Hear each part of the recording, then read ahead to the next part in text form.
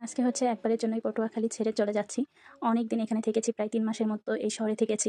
অনেক জায়গায় ঘোরা হয়েছে। এই বরিশাল বা পটুয়াখালীর মানুষগুলো ভীষণ ভালো, ভীষণ আন্তরিক। তো আমরা গাড়িতে হচ্ছে অলরেডি উঠে গিয়েছি। আজকে আমাদের উপর দিয়ে অনেক বিপদ গিয়েছে। সারাটা দিনই হচ্ছে আজকে আমরা জার্নির উপরে ছিলাম।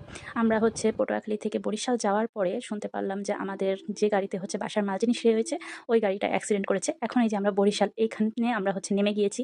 এখন আমরা আবার চলে যাব পটুয়াখালীতে, কারণ আমাদের গাড়ি হচ্ছে আটকে রাখা হয়েছে।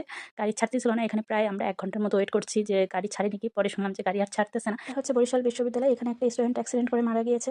তো এই জন্য গাড়ি পুড়িয়ে দিয়েছে। ছাত্ররা হরতাল শুরু করে দিয়েছে। যাওয়ার পথেও ভালো ছিল। এই যে যাচ্ছি পটুয়াখালীতে এখনো ভালো আছে, কিন্তু আসার পথে যখন আমাদের গাড়িটা ছেড়ে দিয়েছে আমরা আসতেছি, তখন হচ্ছে এখানে আটকে দিয়েছে গাড়ি।